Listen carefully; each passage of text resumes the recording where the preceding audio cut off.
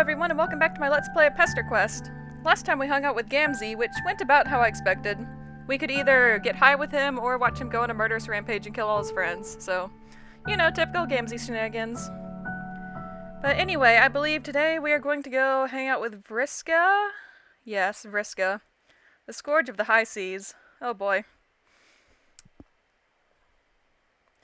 Your latest narrative jaunt has you walking down an Alternian shore. The two moons light up the beach cove in shades of pink and lime green, their reflections playing at shimmering patterns in the gentle waves. It'd be beautiful if not for the haggard, monstrous gulls picking the flesh from the dead, and pungently rotting fish, crabs, and even one of their own. You keep your distance as they eye you warily, gore on their chipped beaks. These are not potential friends. Hey, you never know. Everywhere you jump, serendipity seems to guide your hand. But would it be right to call you fortunate? The night is cool, almost cold. You kick a pure white seashell down the beach. It skips gracefully in the dark gray sand. This is definitely Vriska's flag. You have brought friends together and just barely begun to master this tremendous and strange new power. But no, you think. You are not fortunate. As you walk alone down the sand that's still radiating stored-up heat from a searing day, you feel a pang. Something is missing. You know you felt this way before, but you can't place when. You have a gulf within you so wide, a gulf within you the width and breadth of the ocean. And it's an isolation so plain, so true, that seems impassable, invincible. You step on a weird bug and you don't even care. Yes, you are filled with a sudden, almost comforting conviction. Nothing you have done on your journey has really made a difference. If you can pick up and put down the lives of these alien weirdos and human weirdos and shake them like an Etch-a-Sketch when things go wrong, are you really accomplishing anything? Or are you just building shitty castles in the sand with flimsy plastic implements, castles that won't mean shit for nothing when the tide rises? You've decided. You are a creature of solitude. You are a rock. You are an island. From now on, you walk alone. There may be an angled figure crouched with terrible posture on a dock ahead, sure. That figure may be sitting next to an intriguing-looking moored ship, yes. But surely one glimpse of a potential life to meddle in won't immediately make you fall off the wagon, back to a life of itinerant friendship. Right? Hi, Vriska. Your art style is pretty nice, I'll give you that. Oh, sweet, a new friend. God damn it. You amble over to the girl hunched on the dock like the stupid... thimbo. Like, gender-neutral bimbo. Okay. Thimbo friends that you are, doing a acrobatic fucking pirouette off the wagon. She hasn't seen you yet, so you watch her like a creep. She's leaning over a complicated pile of papers, erasing boxes and filling them in again. Every once in a while she pauses to roll various dice. As soon as you take one step onto the wooden deck, she looks up and jumps with feline quickness into a standing position, looking immediately ready for a fight. Whoa! What are you? You raise your hands in a pathetic sort of I'm weak, innocent, weak motion, which for you is basically any motion. Wait a second. You're the weirdo that was bothering Kanaya, aren't you? Yep, you're exactly that weirdo, and now you're here to say hello to a new stranger and maybe make a new friend. Isn't that great? Great. Just what I needed. More meddling.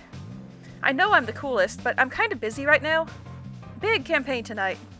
Dude, you are so good at campaigns, you tell her. You're all about hope and change. You helped Al Gore hang a Chad. Tip Canoe and Tyler, too. Not political campaigns. D&D campaigns, basically. What even the fuck are you saying? Don't call me dude, or anything else for that matter. You mean you're down to help? Maybe be our campaign manager? Ha! I'm the captain here, buddy. But, as it happens, I'm currently all out of first mates. Wanna be a swabby? Oh, it's like a boat thing. Yes? So that's why there's a boat here. What are all the papers on the ground for? The campaign, dumbass! They're the character sheets for me, the greatest petticoat sea grift ever to sail the eight seas. One of our friends was raised in a cave and she still knows what FLARP is. Well, you can zap her over to the cave and ask her then. Her look of indifference is immediately replaced with a tilt of the head, as though your threat to leave caught her attention. Ew. Not unless you want to smell like cat piss for weeks and get high off secondhand nip. Look, it's simple. Pick a name and roll up some stats. For example, I am Marquis Spinner at Mindfang. I'm the Scourge of the High Seas and undefeated champion of naval FLARP. My colors on the horizon turn even high-bloods into sniveling cowards. You say that sounds really cool, but aren't troll names 6 letters long? You mean you've only met a couple before this, but for some reason you have a really strong sense of the rules here. I'm in character here. Try to keep up. You guess that explains the outfit. She seems really into this. Maybe weirdly into this. It's all a bit intense. Isn't this just a game? FLARP is more than just a game. And I'm the best there is. How about this? If you agree to make a character and sail with me, I'll tell you my real name. You look at her elaborate costume over at her ship and decide, why the hell not? You've already made your friend bed, now you have to sleep in it.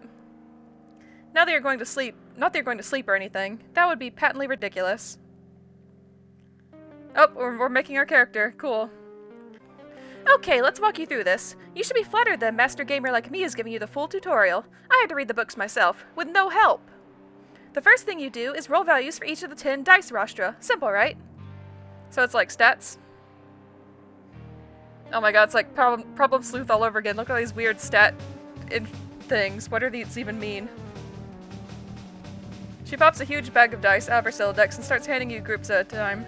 You roll 2d4 for Dice Rostrum Throne of the Empress and get 2 1s. You roll 66 for Dice Rostrum Conductor Stand and 6 fucking snake eyes stare up at you from the wood of the dock. Are you stealing our luck? Wow, you're really bad at this. Take the insult lying down. You gotta hand it to her. When she's right, she's right.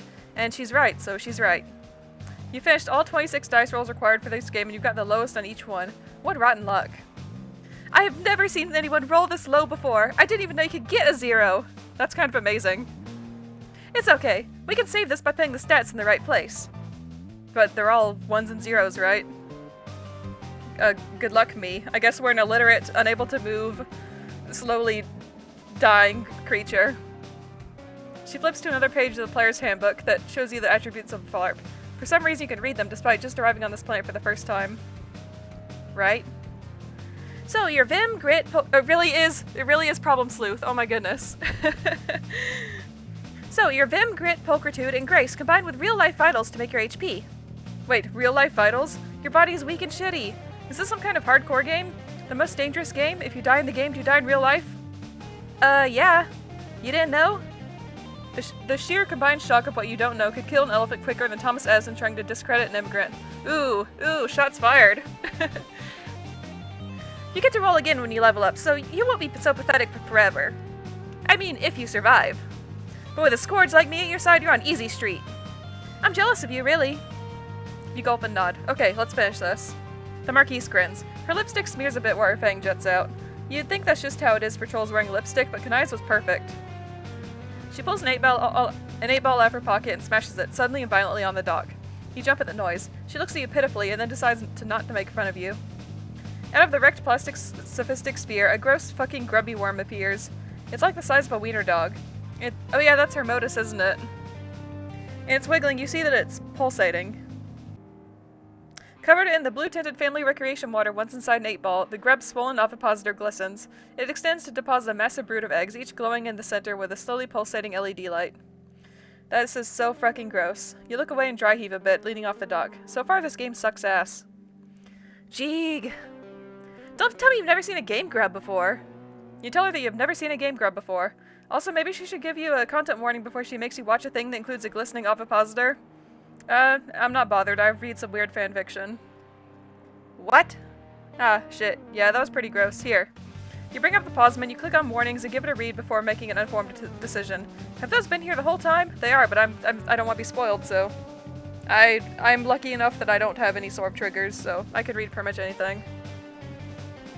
Vriska taps her foot impatiently while you fuck around in the game client. For some reason, seeing a full list of content warnings isn't easing your anxiety about what's ahead. It reminds you of something that once made you really angry. In fact, you're especially worried about the gore and death tags. Maybe you should just peace out of this. There's basically no harm whatsoever in you yeeting out of this one. It might save you a drowning for a good measure. Not that flirtation with dangerous ends is exactly rare for you. Nope, we're gonna flarp with Vriska, and it's going to lead to our death, probably. You know what, you're an informed reader and a prepared gamer. You got this. You ask Vriska what's next. She points to one of the glowing, blinking eggs, which is hatching a pixelated-looking bat. It flaps its way into the air with a high-pitched squeak and starts glowing and projecting a holographic image of a torch. Alright, all you have to do is assign your dice rostra onto your attribution sconce. What? Pick your best and worst stats. Your top 2 stats determine your starting class. There's a lot of classes, but I'm already the best one. Alright, well that seems simple enough. Drag attributes into the dice rostrum you want to utilize for them. This decision is permanent, so make sure you're satisfied before pressing finalize and ensconcing them.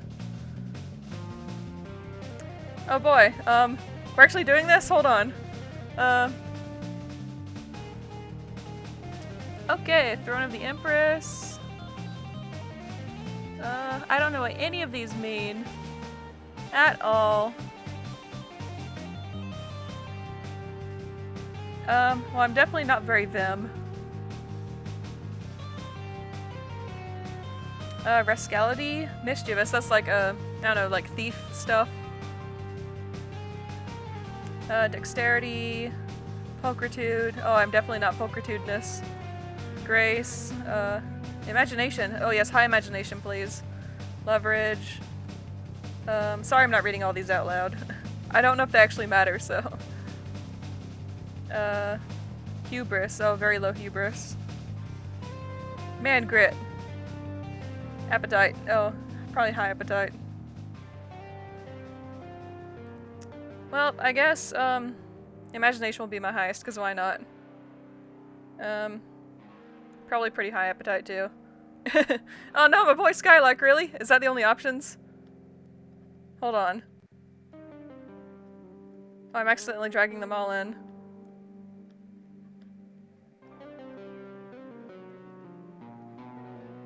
It's only going to be boy Skylark. Oh nope, cast iron skill set. Oh wow. Hold on, I might spend a little while messing with this pluck brigadier.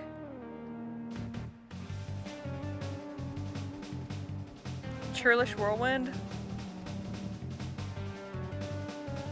Lard bard. No, I'm not a bard. Immovable object. Interesting. Arm wrestling champ. Pablo.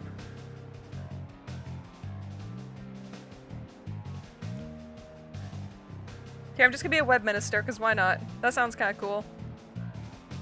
I don't know if they mean minister like priest. Like, is this kind of like a cleric? I have no idea. Web probably means spider web, but I'm interpreting it as internet, so.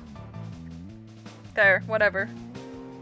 Your two highest attributes are leverage and imagination. Your starting class will be web minister.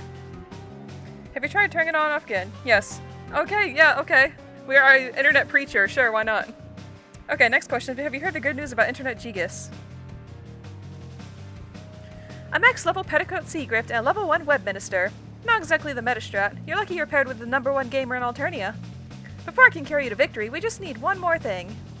There's more of this bullshit? One now is a giant sandworm gonna poke its head out of the sand and puke up some more fucking game mechanics that'll be described in excruciating narrative detail. Quit being so dramatic. Your character needs a name. Oh, a name. You already have one of those, though. You told Jaded already. Man, you're not feeling as comfortable with it right now for some reason. Why is thinking of yourself as a distinct being with an identity and a history feel so uncomfortable? What's wrong with you? Might as well just make up a character name. Name your character. I had caps lock on. There. That's me. The Marquise welcomes you aboard her ship, Corvus Ashwing. As soon as you confirm your name, the other eggs start squelching and cracking into more low-flying holographic biotech projectors of various shapes and sizes, moths and dragonflies and lightning bugs zipping off into the distance. Vriska catalogs all her various books and character sheets, pushing her eye patch glasses up the bridge of her nose, and clambers up the gangplank of her ship, which you see has a name printed on the side in cerulean script as you follow her. Brigantine. Here, hold this. Vriska hands you a rope, and you hold onto it, keeping the mainsail rolled up as she scurries to and fro, aft and bow, across the deck of the ship, making adjustments. You watch her try and tie a double bowline, but struggle with the dexterity of her mechanical fingers, swearing in frustration under her breath. You politely look away and try to make idle conversation. You ask for her into the bargain. What? Her name. You made a character. She tells you her name. That's the deal. She secures another rigging and stomps back over to you. You haven't really made a character until you're in costume. Is your fit not already fresh? Perhaps even the freshest? Here. She dumps an extra outfit out of her inventory, looking almost exactly like an early version of hers, smaller with more amateur stitching. You put on the big bridge coat and feel super badass. She looks at you, tilts her head to evaluate, and then grabs a jaunty hat, feather and all from her sail decks and pops on your head. Nice! Alright, my name's Vriska. Vriska Serket, don't you forget it. Vriska Serket, or the Marquise, satisfied with her preparations, snatches the rope from you and lets it go, unfurling the mainsail. She practically skips to the captain's wheel, ready to steer the brigantine out of the harbor. Real name basis is one step closer to friendship, though for a moment you feel like you got told that name already. Your brain is messed up enough without remembering stuff that maybe didn't happen in canon. If canon is even a real thing that means it's something anymore. Yeah, nobody knows what canon is anymore. I sure don't. Your unsettling metatextual introspection is interrupted by Vriska shouting. Roll for initiative! You hear the buzz of projector bugs boarding your ship, and soon 4 flickering holograms appear on the main deck, looking like lurching zombie trolls. You already heard the dice rattling around on the deck, and you look over at her to You look over at her to cheat and figure out what you need to roll. Alright, I'm starting with an 18. Looks like you get a... subtract the modifier. 19. Huh. Guess you go first, Corvus Ashwing. This is it. It's LARPing time. You look down at the piece of paper with your abilities on it, ready to cast Magic Missile or Bugsby's Grasping Hand or shit. You pick the top attack from the list. It's your special class ability. You channel the spirit of the Webmister, point straight at one of the holographic zombies, and yell that you're casting Born Again to Die Again. You grab a D20 and blow on it in your hand. You're Lady Luck, no snake eyes. Other gambling terms, whatever. You let the icosahedron of Tabletop Destiny drop through the air, awaiting the result with bated breath. You get a 2 and miss. God damn it. Vriska laughs out loud. Check out how a real gamer does it! Then she shows you how a real gamer does it. Over the course of this and the next 4 holographic encounters of ballooning complexity, tediousness, difficulty, and word count, she just rolls so many goddamn dice and keeps track of so many stats. You're overwhelmed, bewildered, and tired of doing math in pencil by the time the last squid-themed hollow monster dies. You're worried about the danger of this game before, but it seems like the only way you're gonna die today is from fucking boredom. Then you spot it. A schooner painted... I don't know how to pronounce that. Schooner, painted all in black, emerges from the fog. You shout to Vriska that there's a ship on the port horizon. Vriska looks... right? Does she not know the difference between port and starboard? Huh. You point in the proper direction and she gives that mischievous grin of hers. Now it's time for the real action. We've entered the PvP-enabled zone. She puts aside her character sheets and dice, drawing a blue saber. She holds up in one hand, the ship's wheel in the other. That's the Rue, the ship of Dreadclaw Ophelia. Who is that? Top of the naval FLARP leaderboards. She's got a whole crew on that boat. But she's just another rich sea dweller with hired help, and she's been too scared to face me. Vriska's pointed your ship straight at the Rue, and you picked up speed. You can make out a troll girl with finned ears and a gaudy purple outfit that you describe as a sexy pirate Halloween costume from the world's most bougie party city, Dreadclaw Ophelia. It's absolutely garish compared to Vriska's more normcore approach to RP activewear, but dressed much more humbly than the captain are a bunch of lowbloods standing behind her, clutching shitty rusty swords and shaking. So let's bring the fight to her. You're not slowing down. You're pointed straight at the enemy hull. Vriska steers your ship directly into the well-appointed schooner, and you struggle to keep your feet at the shock of impact, which knocks the violet blood in her frightened thralls to the deck of the Rue. She yells over the din of horrific wood-on-wood screeching. Hey, Swabby! Want to be really good at sword fighting? You look over her with stars in your eyes. Yes, you do want to be really good at sword fighting. You nod eagerly, and she underhand tosses you her blue-hilted saber, which you catch eagerly. Oh, no, wow, she's gonna mind control us. Okay. Vriska grins back, puts her hand on her temple, and squints with her one good eye. The 7 red dots of her prosthetic seem to smear and blur as your vision loses focus. You've managed well to this point as first mate of the brigantine, but your sea legs seem to give out on you all at once. You drop the sword you were just given and it clatters to the deck. You try to tell her something's wrong, but your mouth lolls open and you drool a bit. A dull pain gains a sharp and sudden clarity. It feels as though 8 spindly legs are crawling in your head. No, in your head. Each footfall feels more like a knife cutting through butter. At some point, all sensation slips into nothing, and you follow the sword to the ground, asleep. What the fuck? Wake up, moron! You don't hear that, and you don't wake up. The salted swell of the ocean gives way to the rustling of alien trees. No longer do you hear the scream of gulls following your ship, waiting for corpses and gore to tumble overboard. It's all peaceful. Consciousness returns to you, and its first present is the discovery that you're face down slightly wet dirt. Some got in your mouth. You spit it out and set up, brushing muck off your FLARP costume. Wait, that's not a FLARP costume. That's a hoodie with a jagged cerulean symbol. A different symbol on it, loose-fitting, as though it belonged to a friend. Half memories swim in your mind as you take in the scene, just as familiar as your clothing. A stump sitting in a clearing between the trunks of a purple-treed Artanian forest. A harpoon sticks out of it. Hello? This stump would typically fill you with unease, an aura of death and defeat. But a squirrely silhouette cuts through the darkness, and you step further into the clearing and feel your heart lift. Oh, it's you! Boldir! What's up? Sitting there on the stump, kicking bare feet back and forth, tilting her head to the side and smiling impishly is your friend Boldir Lamati. You remember her. You remember her! Psst. Fancy seeing you here. That's a joke. I'm a figment of your imagination and was expecting you the whole time. She pats the stump next to her in an inviting gesture and you sit down. You feel less adrift than you can ever remember. You tell her you missed her. Of course you did. You've gotten yourself into a real mess, dear friend. You ask about all your old friends. Sitting next to you, they flip through your mind as clear as day, and as though the memories were never locked away in the first place. How are Tagore and Gallic doing? Has she run into Ardata again? What's going on in the neighborhood? Do folks miss you? That last question collapses her wry smile into a genuine crestfallen expression. I can't really tell you that for sure. You've seen it for yourself just how much he can do. There's a whole other disturbance in this neighborhood and it has his nefarious fingerprints all over it. It's almost like he was preparing for this. But I try to stay one step ahead, and I remember what I'm fighting for. Do you? The question is arresting. What are you doing? Even with your memory clouded, you've just been bubbling into other people's stories, breaking things as you go. Well, there's nothing wrong with breaking things. It's like they say. Sometimes you have to compromise a few unfertilized clickbeast embryo in the name of a complete breakfast. You told her you haven't had a good breakfast in ages. One of the places you were at had swords in the fridge. Also, you have absolutely no idea what you're doing. You're going where the river takes you. But things are different now. There's a great power within you that you're just now realizing. The power to shape the river, to use its waters to scour the land as you please. A power even he doesn't fully understand. You look down at your hands. Sitting next to her, you start to remember the green room, the story you've fallen into. You tell her there's so much broken and you have no idea how to fix it. You tell her you wish she was real, not just in your head. She'd know what to do. She tilts her head again, inquisitively. Am I, though? Just in your head, I mean. The story is only broken if you accept that it is broken. If you think of the story as something given to you.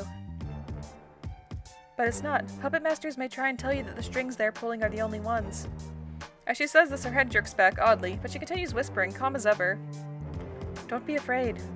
Don't let anyone tell you that this story belongs to them. Not him, not anyone. What is going on? You feel it too. It feels like threads tug at your body, at her, and it hurts even more. Her limbs twitch and pull in a gruesome pantomime as more and more strings loop around her and disappear skyward. They nearly surround her completely, but you are powerless to resist, paralyzed. It's for you. It's always been for you. Remember, friend, the only question. She only manages to spit out 4 more words as she is swallowed up and tangled in a spider's web of marionette string, choked and broken. What will you do? Oh, wow.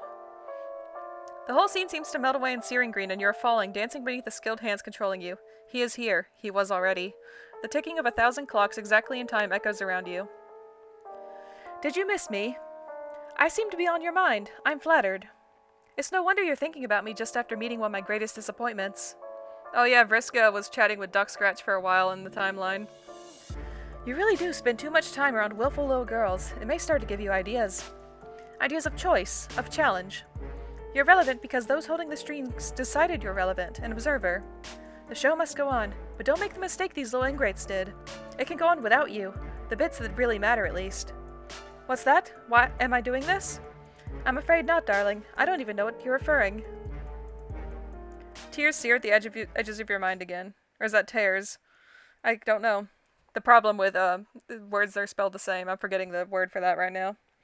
You try to keep both your words in your mind as the strings squeeze the breath out of you. What will you do? Another voice seems to answer, from another place entirely. Scratchy and loud it says, "Fix this." You wake up. Cold stone and a draft greets you. Charming. You blearily open your eyes, memories of the dream already fading to wisps in your mind. You're in a cluttered bedroom, the cluttered respite block that you're sure is Vriska's based on the broken 8-ball scattered everywhere. You pick yourself up off the ground, try to think about how you got here. You passed out back on the brigantine. She must have brought you home, but where is she? You turn around and see a window. You look outside and see a dramatic scene below. Vriska is mind-controlling a group of thralls, one she must have won off of Dreadcall where you're out cold. They're marching one by one towards a massive web. Perched in the web is a giant spider, heaving, hulking, hungry. Vriska's about to feed the losers of this game to her Lucis. You can't watch. Hide in her room and wait. Just let her do it.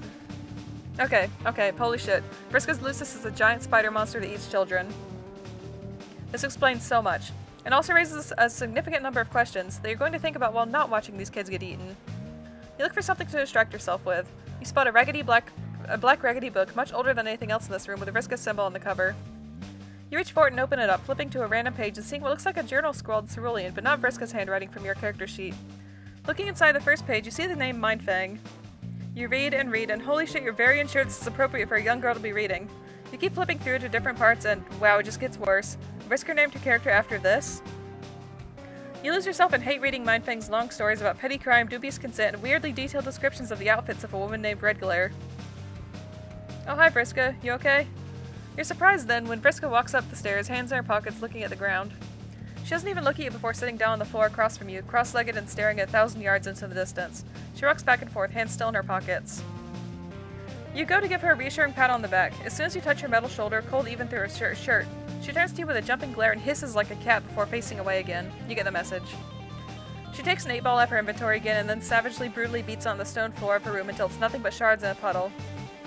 Then the two of you sit. She occasionally picks through the debris of her 8-ball and rocks, clenching and unclenching her fists, but as the minutes pass, her breathing slows bit by bit.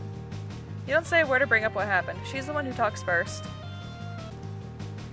Earlier you seemed, confused about why I care so much about playing a character.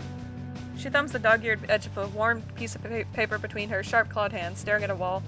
She's still got blood on her jacket, blood that almost makes you retch with the memory of spidery mandibles devouring her spoils.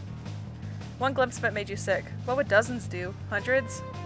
I mean, it seems obvious to me that the Marquise is the greatest and coolest character ever made. But I've been her for so long, that's sort of like a part of me. Everybody's throwing shapes every day and acting like something, right? But most people are so boring! They don't dress up, they don't act, they're always so obsessed with being the exact kind of troll they were yesterday. Maybe you don't have to be the same. Maybe you can go on message boards and try out being someone new and find out you like it. Maybe it's nice to be called something your Lucis doesn't call you. And meet people who only ever knew you as the girl online or on the ship who was super badass and good at things. Come on! You can't tell me you've never wanted to be someone else. You've edged a bit closer to her during this rant and are looking at the sheet of paper in her hand. It's a spreadsheet-looking series of boxes she's filled in with red ink. Name, Marquise Spinneret Mindfang. Class Petticoat Seagrift. Gender, F! Levels, all of them. She's doodled all over the margins, art of her captaining ships and swinging swords and drinking out goblets. Have you ever wanted to be someone else? The question makes you feel uncomfortable. Just pondering who you are now fills you with unease. Fuck playing a character, filling out a sheet like this for yourself seems impossible. A piece of paper representing all your physical and mental attributes? A blank canvas, the common outlines thereon defining the boundaries of every conceivable personality? You don't even know how you'd fill in the gender box. You've been busy making friends, okay? I mean, you could leave the gender box empty if you want to. That's perfectly okay. Suddenly she turns on you, and there's a desperate kind of crazy intensity in her good eye, like her gaze will burn you. You're going to leave, aren't you? No, yeah, of course. Everybody does. Do you think I like this? I used to have a partner. She didn't like it either, but she helped anyway. Like you, I guess, except she didn't puke when she saw blood. And also not like you at all? She made rules. She loves rules. And I don't know if you've noticed it, but I'm not, big on those. Gambling Nick Queens brews all the time, and that's just what you gotta do to survive. To make the voice stop haranguing me. And, she heard her Lucis in her head too, but she didn't need anything from her. What's that even like?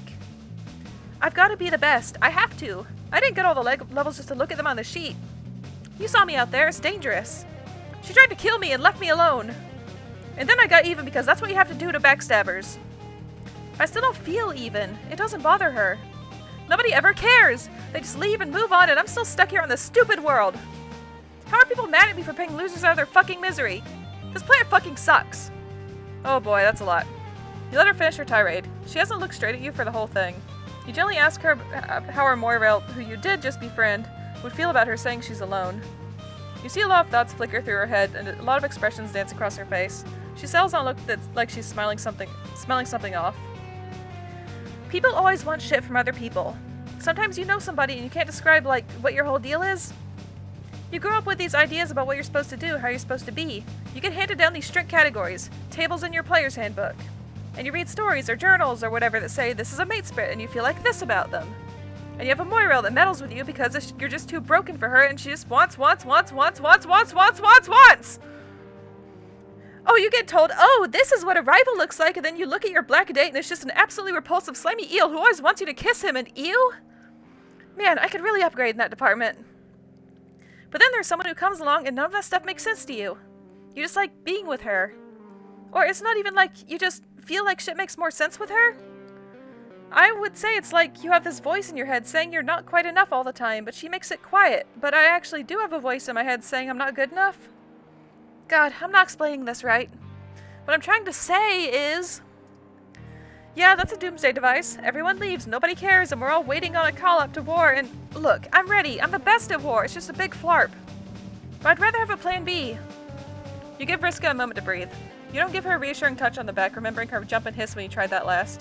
She's like a feral cat, this girl. Tangled, greasy hair droops over shoulders that were always hunched up, like something would come for her throat if she ever exposed it to anyone. You wonder if she ever let her shoulders down around the girl she's talking about. An ex, perhaps? Of course she did. You wonder if she ever will again. You hear a psst in your ear and a squirrely little laugh, and suddenly remember a green room and that you've had this thought before somehow. You ask her the question that's been consuming you, or more accurately, not consuming you. Why were you left up here when everyone else got fed to the spider?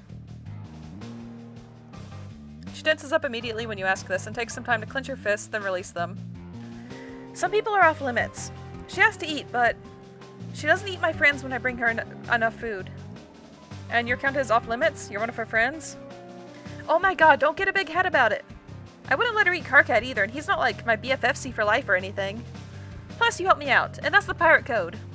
Plus, fussy things would be mad. It must be hard separating trolls into two classes, friends and food, like that. It must be hard and nobody understands. I mean, that's how it works here. Everybody's got someone to kick down on. Except Rustbloods, but them's the breaks. Somebody's gotta be on the bomb to keep the whole shebang afloat. Killing people lower than you is what all the school feeds say you're supposed to do. To get ready for a life of space war against... Well, it mostly seems like they just kill more lowbloods. That's all it ever is. My ancestor... She looks left and right as though she's going to be overheard and leans in smirkingly. She sounds like she's letting you in on a secret. Or a secret. My ancestor, Mindfang, she sailed around being the terror of the high seas for a while, but she fell in with a group that was going to do something about all that. A bunch of weirdos led by a mutant who wanted revolution. I've always wanted to be like her. I liked using her name more than my own for a while, dressing up like her, learning to sail. But I always end up back here with a pile of corpses. That's having a lusus, right? Sometimes you don't get to do what you want to do. She talks to me, you know. It always stops when she's full. Always whispering in my head. Saying I was fatter than her, saying I deserved all the things that happened to me. Well, it's like the saddest way to bring up the fat Vriska joke. Oh no. Even I was bleeding out on this floor. Look at the cold, cluttered, uncomfortably drafty room. Whatever happened to her face and arm must have happened here. You see a broken figure silhouette on the wall. You look back at Vriska and you know what she is. For all the bombast, insults, killing, you're looking at a survivor. You're looking at someone who did nothing wrong. Oh, that's debatable. You remember Dave's carefully crafted defense of a persona. You remember Rose eating oatmeal for dinner in a drafty, broodless mansion. Jade in the shadow of a volcano raising herself. Your world can be as brutal as this one. Earth makes survivors too, and you've made a difference for them one at a time. All the nihilistic bullshit earlier feels like it was shouted at you by some meddling voice, someone holding the strings. Fuck that. You're gonna be a goddamn hero today. You're gonna make friends with this whole fucking plan if you have to, and you're going to make it better. Or at least less of a complete dumpster. You tell Vriska you'll be right back and sprint down a spiral staircase. Oh boy. Are we going to kill her, Lucis? You keep running, pumping your beautiful legs straight out of the door of Vriska's giant hive. You don't have to color inside the lines of someone else's story. This is your motherfucking narrative now. You take a leap when you reach the cliff and barrel over, falling fast, wind whipping past your face as you tumble through the air towards a giant white spider. A leap not of faith, but of hope. You crash into the carapace of Vriska's terrible murder mom hard, cracking it with a piercing shriek. At the same time, you... Zap! Hundreds of feet above the mouth of the volcano on Jade's Island and kick off the back of the spider, leaving the giant troll-gorged arachnid tumbling into the lava as you zap back to Alternia, back to Vriska's respite block. We should have asked Vriska if she wants us to kill her mom. You appear behind her. She doesn't notice you. She's looking out her window, down the empty web, with a shocked expression. Still looking out the window, her stunned silence turns, slowly, into a grin someone less generous than you would describe as shit-eating. Holy shit, Corvus Ashwing, you actually did something! Oh, okay. She didn't want that. I was just a little confused, because I think at one point Homestuck she mentioned that she was kind of sad that Spider-Mom died.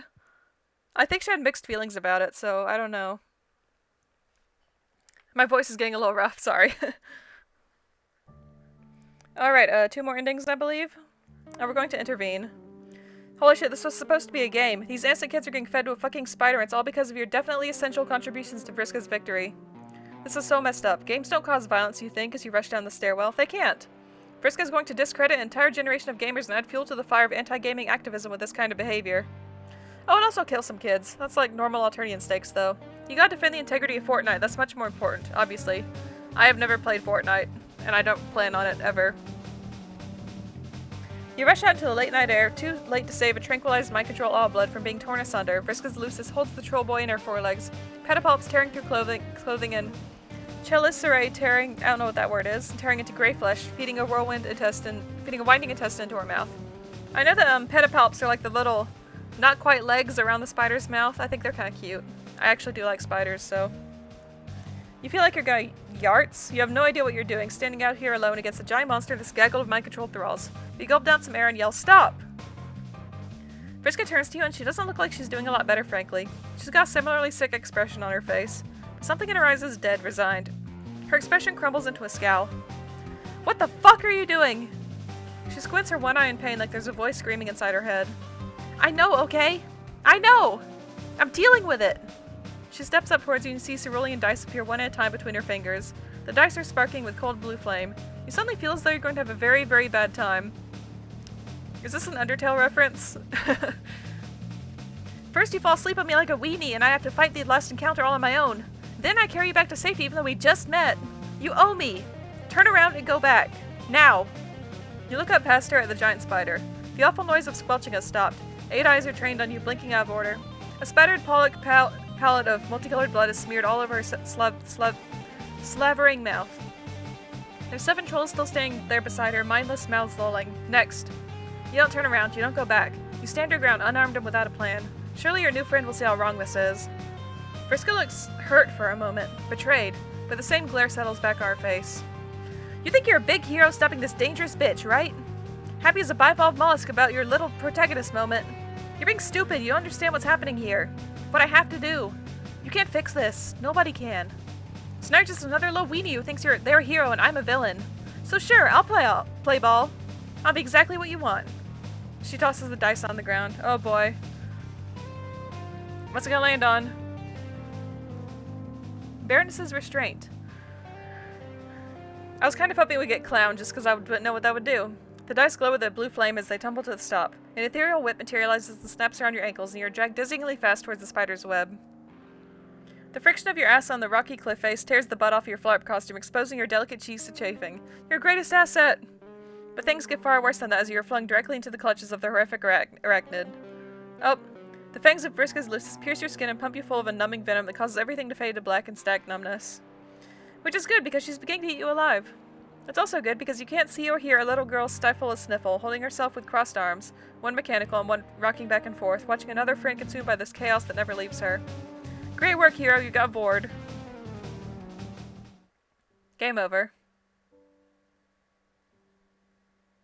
That was pretty sad. Alright, then let's just, peace out entirely. Peace out. You know what, you're not feeling up to tabletop gaming today. You close your eyes and feel yourself sink into another narrative. Wait! You're a loss. Aw. Kinda made her sad. Alright, so, full disclosure, I have very mixed feelings about Vriska as a character. I don't like her as a person, but I think she's a good character. Like, she's well written, and I appreciate what she contributes to the story. But if I hung out with her in person, I would not enjoy her at all, so, yeah. I don't know how I feel about her, really.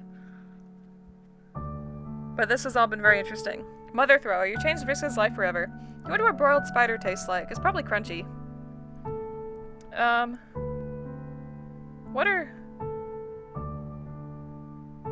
I feel like these are from Vriska's route. Because they're, like, right after Vriska. I assume that maybe I have to enter, like, certain things for the character creation. I don't know, I might look that up later. I'll probably tack it on to the end of this video if it is that. But, content warnings. Cannibalism animal. Mind control, arachnids and insects, in detail. Vor, gore, death, parental mistreatment, gender and identity discomfort, strangulation, dyspraxia, stimming, United States politics, historical, panic attacks. There was stimming in there? Oh, Vriska rocking back and forth, probably, yeah. Alright, yeah, Vriska had a lot of trigger warnings. That makes sense. She's sort of a controversial character, to put it lightly.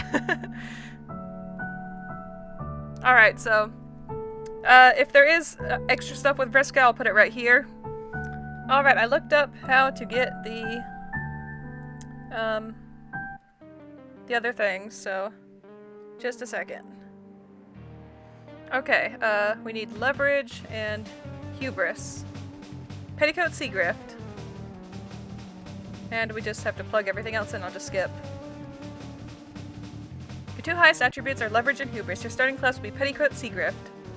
No doubles, pick again! Okay. And then we need, I believe it is imagination and appetite, which was my original choice actually, but I didn't want to be a boy Skylark, but now we're definitely going to be boy Skylark. Okay, starting class will be boy Skylark. Oh my god, you dopey big potential types are all the same. Good luck winning anything with that pathetic class. Alright, that should be it. So, how do I go to the menu? There, that's it. Okay, good.